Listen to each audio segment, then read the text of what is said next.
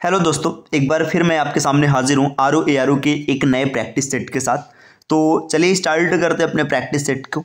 इस सेट में कुल 19 क्वेश्चन है ना। आपको वीडियो को अंत तक देखना है और कमेंट करना है कि 19 में से आपके कितने क्वेश्चंस सही बने।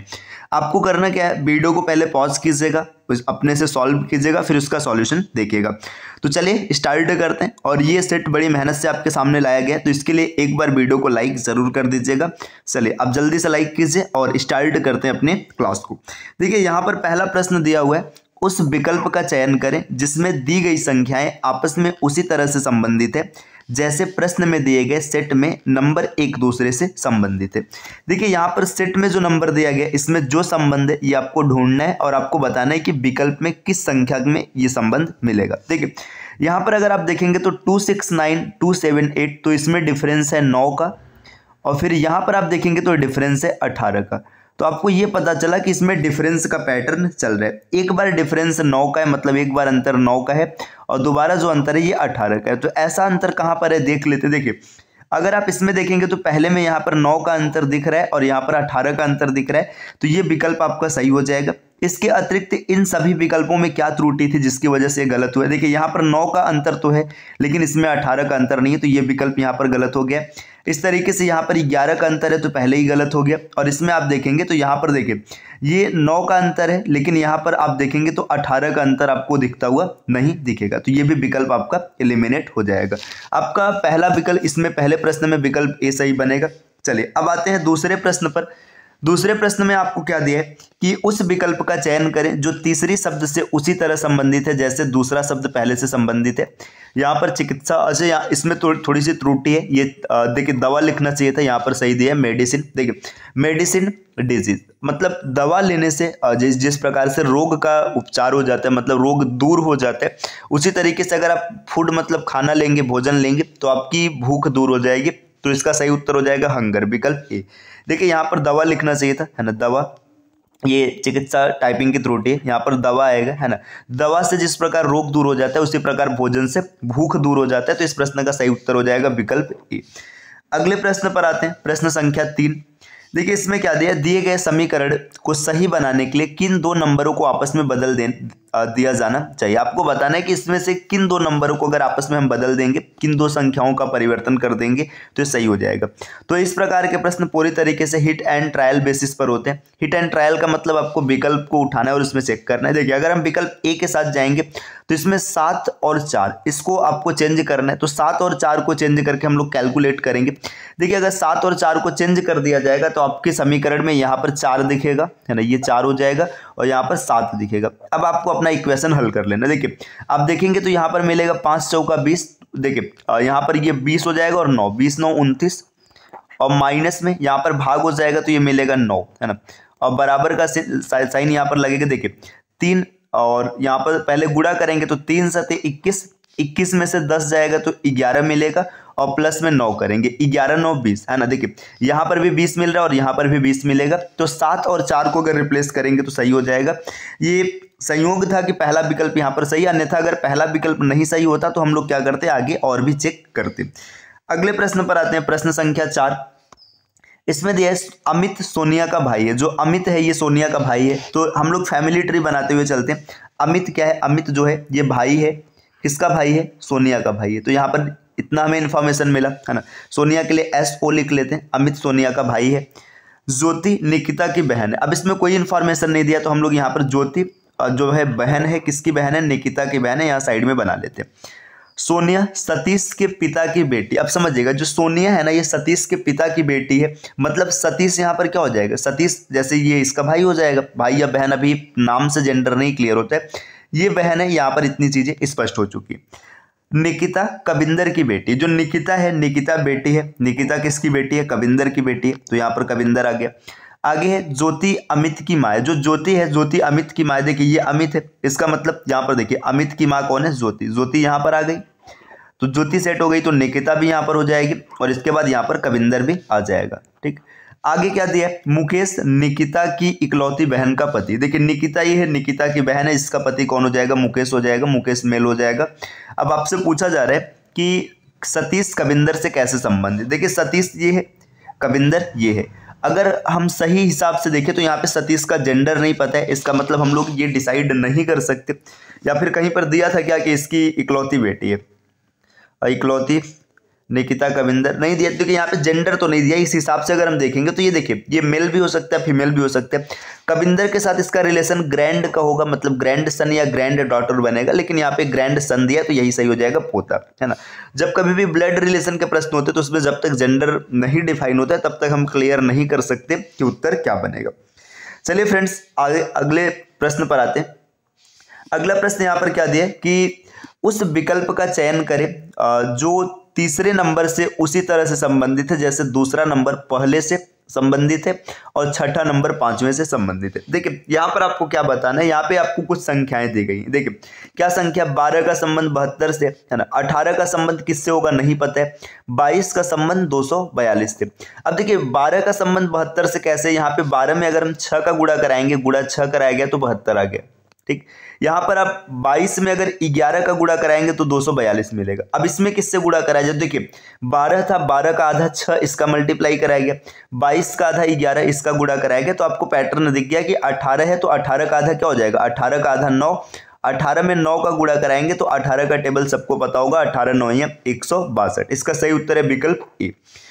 नेक्स्ट प्रश्न संख्या 6, इसमें क्या दिए, निम्नलिखित शब्दों को उचित क्रम उस क्रम में व्यवस्थित करें जिसमें वे एक अंग्रेजी शब्दकोश में दिखाई देते हैं। देखिए अंग्रेजी शब्दकोश जो होता है ये अल्फाबेट के अनुसार चलता है। अल्फाबेट का मतलब जिसका पोजीशन पहले होगा वो पहले आएगा। देखिए यहाँ पर देखेंगे तो RIG तीनों में है ना, इसको थोड़ा सा हम जूम करते हैं। देखिए ये रहा, देखिए इसमें RIG तीनों में दिया, तो RIG का कोई रोल नहीं है ना, क्योंकि ये तीनों में है, तो यहाँ पे से RIG को हम लोग हटा लेते हैं, है ना।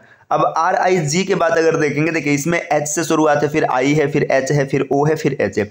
अब इसका मतलब देखिए H H H, पहले इन तीन को सेट करेंगे उसके बाद देखेंगे कौन पहले आएगा। देखिए यहाँ पर H है, T है, H है, T है, H है, T है, तो HT का इसमें कोई रोल नहीं है, ठीक।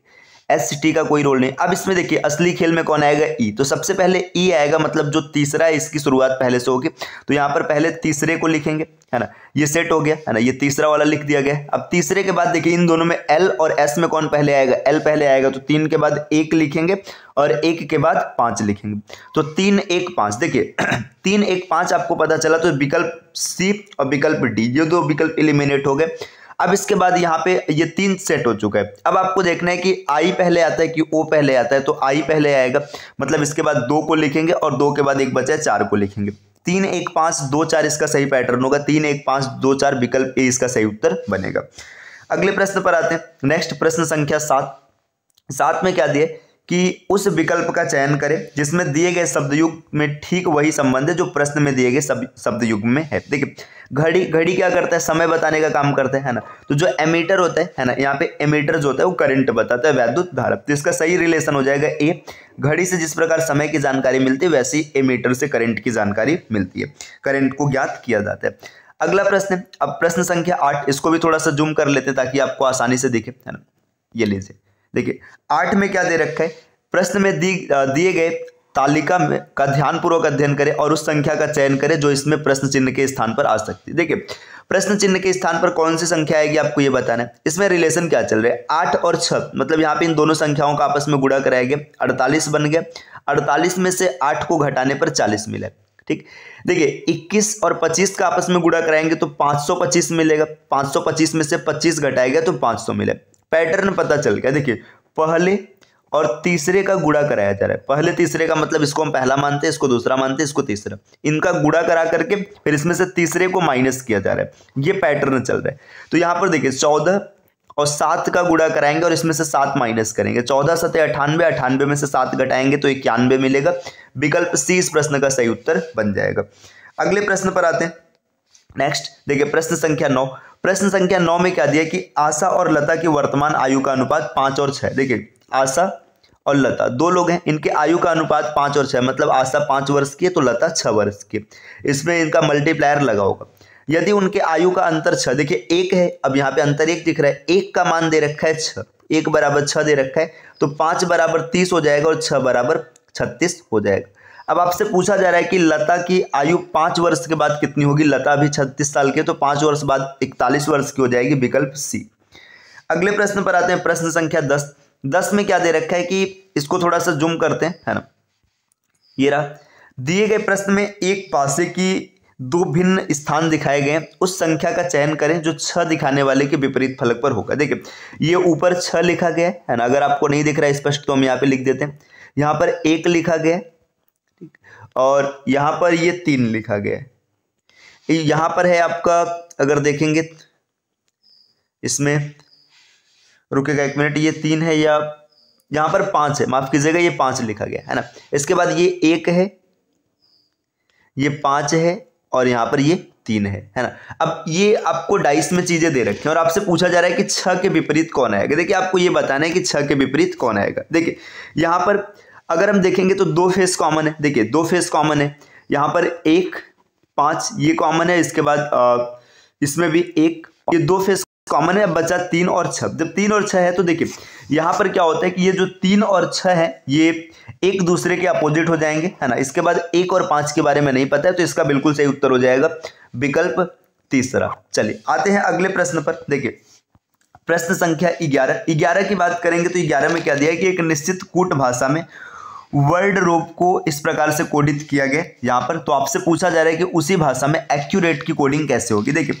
वर्ड रोप की अगर बात करेंगे तो जब कभी भी कोडिंग डिकोडिंग के क्वेश्चंस को हल करना है तो इसका सबसे आसान तरीका है कि आप अल्फाबेट या फिर जो भी इसमें लेटर्स दिए गए इनके प्लेस वैल्यू को रखिए। अगर वर्ड रोप की बात करेंगे तो W की प्लेस वैल्यू है 23, A की प्लेस वैल्यू है 1, R के लिए 18 होता है, D की प्लेस वैल्यू है 4, O का, अच्छा फिर से R है तो 18, O के लिए 15, B के लिए 2 और E के लिए 5, ये प्लेस वैल्यू है ना। इसके बाद देखिए इसमें जो कोड दिया है, कोड की प्लेस वैल्यू कैसे, Y की अगर कोड प्लेस वैल्यू देखेंगे 25, X की प्लेस वैल्यू हो जाएगी 24, इसके बाद V की प्लेस वैल्यू है 22, है ना। Y की प्लेस वैल्यू है कितनी, 25, X की प्लेस वैल्यू है 24, H की प्लेस वैल्यू अगर आप देखेंगे तो 8 हो जाएगा, J की प्लेस वैल्यू 10 है और V की प्लेस वैल्यू 22 है। देखिए इसमें पैटर्न क्या चल रहा है, यहाँ पर +2 है, ठीक, यहाँ पर -3 है, ठीक, यहाँ पर +4 है और यहाँ -5, +6 -7, +8 -9। तो देखिए ये पैटर्न चल रहा है। देखिए पहले प्लस से शुरू है, +2 -3, +4 -5, ये पैटर्न चल रहा है। तो इसी पैटर्न में अगर हम एक्यूरेट की बात करेंगे, देखिए एक्यूरेट ACCURATE एक्यूरेट, है ना। अगर A में +2 करेंगे तो +2 आप जैसे करेंगे तो आपको C मिलेगा, है ना। C में -3 करेंगे तो आपको Z मिलेगा, है ना, CZ। देखिए यहां से अगर आप देखेंगे तो ये 2 विकल्प एलिमिनेट हो चुके हैं, या तो उत्तर ये बनेगा या तो उत्तर ये बनेगा। अब देखिए यहाँ पे C है, अब देखिए C में आप +4 करेंगे, C की प्लेस वैल्यू है 3, +4 करेंगे 7, मतलब G मिलेगा, तो CZG विकल्प तीसरे में, देखिए यहाँ पे देखिएगा तीसरे में, तो यही इसका सही उत्तर बन जाएगा, पूरा हल करने की जरूरत नहीं है। अगले प्रश्न पर आते हैं। दर्पण के दाईं ओर होने पर विकल्पों में से कौन सी आकृति सही होगी। देखिए यहाँ पे लिखा है RS। अब देखिए जब कभी भी हम मिरर को यहाँ पर राइट साइड में रखेंगे, देखिए मिरर इमेज में एक चीज याद रखना है, जो मिरर के पास रहता है वो चीज हमेशा मिरर के पास रहेगी। देखिए यहाँ पे X मिरर के पास है तो यहाँ पे X ऐसे रहेगा, O इसमें कोई चेंजिंग नहीं आएगा, L को इस प्रकार लिखेंगे। देखिए पहला विकल्प एलिमिनेट हो गया और अंतिम एलिमिनेट हो गया, क्योंकि यहाँ पे X से शुरुआत ही नहीं है। देखिए XOL अभी तक की चीज ठीक है। अब इसके बाद देखिए यहाँ पे 6, ठीक है, ये सही है, ये सही है। देखिए इसमें आप देखेंगे K को सीधा लिखा गया, जबकि मिरर इमेज में K उल्टा हो जाता है, तो ये विकल्प एलिमिनेट हो जाएगा, इसका सही उत्तर विकल्प C बन जाएगा। नेक्स्ट अगले प्रश्न पर आते हैं, प्रश्न संख्या 13। प्रश्न संख्या 13 में सिलॉक्स का एक प्रश्न दिया। सिलॉक्स के प्रश्न को इंग्लिश से बनाएंगे तो वेन डायग्राम बनाना ज्यादा आसान होगा। Some animals are elephants. देखिए सम एनिमल्स जो है वो क्या है, वो एलिफेंट्स हैं, तो यहाँ पे ये इसका वेन डायग्राम रहा। आगे क्या दिया, some elephants are tiger. Some elephants क्या है, टाइगर है, तो ये इसका वेन डायग्राम रहा। वेन डायग्राम पूरा बन गया। कंक्लूजन क्या दिया, सम एनिमल्स आर टाइगर। देखिए एनिमल और टाइगर में कोई रिलेशन दिख रहा है, नहीं दिख रहा है, तो ये गलत हो जाएगा। No tiger is an animal. कोई भी टाइगर एनिमल नहीं है ना। तो यहाँ पे देखिए अब ये कोई भी टाइगर ऐसा नहीं जो एनिमल है ना, ये भी गलत हो गया। अब देखिए जब कभी भी सम और नो का रिलेशन बनता है ना, यहाँ पे आप इसमें देखेंगे तो एक कंप्लीमेंट्री पेयर है। कंप्लीमेंट्री पेयर का मतलब ये पहले बोल रहे हैं कि ऐसी चीजें हैं, फिर बोल रहे हैं नहीं है। तो जब भी कंप्लीमेंट्री पेयर मिलता है तो उसका उत्तर आइदर और होता है, तो इसका विकल्प दूसरा सही हो जाएगा, आइदर और। चलिए अगले प्रश्न पर आते हैं, प्रश्न संख्या 14। 14 में क्या दिया कि आपको एक पैटर्न दिया, इस पैटर्न के हिसाब से आपको बताना है कौन सा उत्तर सही बनेगा। देखिए यहाँ पे पैटर्न में क्या चीजें चल रही, कैसे इसका उत्तर सही बनेगा। देखिए इसमें अगर देखा जाए तो पहले इन दोनों का डिफरेंस लिया गया 150 और 100 का, ये थोड़ा सा जूम कर लेते हैं ताकि आपको आसानी से दिखे। देखिए यहाँ पे 150 और 100 इसका अंतर लिया गया तो 50 मिला है ना, 50 का आधा यहाँ पर रखा गया। ठीक, इसी तरीके से देखिए 132 और 88 इसका डिफरेंस है 44, 44 का आधा रखेंगे तो आपको 22 मिलेगा। अब यहाँ पर इन दोनों का अंतर आपको लेना है, इन दोनों का अंतर हो जाएगा 54, 54 का अगर आधा कर देंगे तो 27 मिल जाएगा। विकल्प 20 प्रश्न का सही उत्तर बन जाएगा। अगले प्रश्न पर आते हैं, प्रश्न संख्या 15। 15 में आपको क्या बताना है, आपको उस विकल्प का चयन करना है जैसे संबंध यहाँ पर है ऐसे विकल्प में भी संबंध होना चाहिए। तो देखिए यहाँ पर अगर आप देखेंगे तो क्या पैटर्न चल रहा है, यहाँ पर पैटर्न ये चल रहा है कि 11 पचे 55 2 57, ठीक है, 15 पचे 75 नहीं है, 15 नहीं है, 18 पचे 90 नहीं है ना। तो 11 6 का देख लेते, देखिए 11 6 का 66 है, देखिए गुड़ा 6 का कराया गया है ना, गुड़े 6 है ना, अब -9 ये पैटर्न है। तो देखिए यहाँ पर आप देखेंगे 15 6 90 -9 ये अभी चल रहे हैं है ना, 15 6 90 ये एलिमिनेट हो गया, 18 6 108 ये भी हट गया है ना, 12 6 72 ये भी हट गया। देखिए 3 विकल्प पहले से एलिमिनेट हो गए, तो अब आपको पैटर्न पता चल चुका है। पहले गुड़े 6 -9 कराया गया, फिर यहाँ पर 3 जोड़ा गया, गुड़े 6 -9 फिर 3 घटाया गया, तो यहाँ पर भी 3 घटा देंगे, ये इसका उत्तर सही बनेगा। अगले प्रश्न पर आते हैं, प्रश्न संख्या 16। इस आकृति में कितने त्रिकोण है, कितने त्रिभुज है, आपको ये बताना है। देखिए जब कभी भी एक चतुर्भुज होता है, चतुर्भुज को 4 भागों में विभाजित करते हैं उसके विकर्णों से, तो कुल त्रिभुजों की संख्या होती है 8। यहाँ पर अगर आप इस ऊपर वाली आकृति को देखेंगे, ये एक चतुर्भुज बन रहा है ना, इसको इसी प्रकार से 4 भागों में विभाजित किया गया, तो ऊपर आपको मिलेंगे 8 त्रिभुज है ना। इस तरीके से नीचे भी आप यहाँ पर देखेंगे तो यहाँ पर भी आपको मिलेगा 8 त्रिभुज, 8 और 8 16 मिल जाएगा।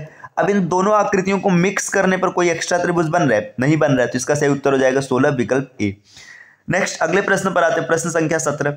17 में क्या दे रखा है कि स्टॉप को HGLK लिखा गया, तो लैम्ब को क्या लिखा जाएगा, आपको ये बताना है। प्लेस वैल्यू लिखिए तुरंत, S की प्लेस वैल्यू हो जाएगी 19, T की 20, O का 15 और P का 16।